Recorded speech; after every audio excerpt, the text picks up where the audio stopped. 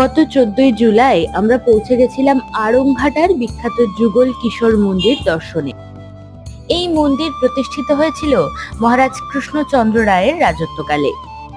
মন্দিরে প্রতিষ্ঠিত রয়েছে কষ্টি পাথরের শ্রীকৃষ্ণ এবং অষ্টধাতুর শ্রী রাধিকার মূর্তি। আড়ংঘাটা আসতে হলে আপনাদের শিয়ালদা থেকে গেদেগামী যে কোনো ট্রেন ধরতে হবে।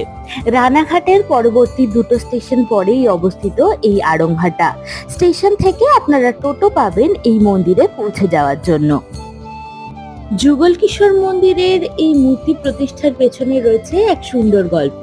কি সেই গল্প এবং ঠিক কখন বা কিভাবে পৌঁছালে আপনারা এই মন্দিরে পুজো দিতে পারেন, মন্দিরে ভোগ প্রসাদের ব্যবস্থা আছে কিনা, এই সমস্ত ইনফরমেশন জানতে হলে আপনাদের দেখতে হবে আমাদের ব্লগটি, যা পেয়ে যাবেন আমাদের চ্যানেল তীর্থযাত্রীতে।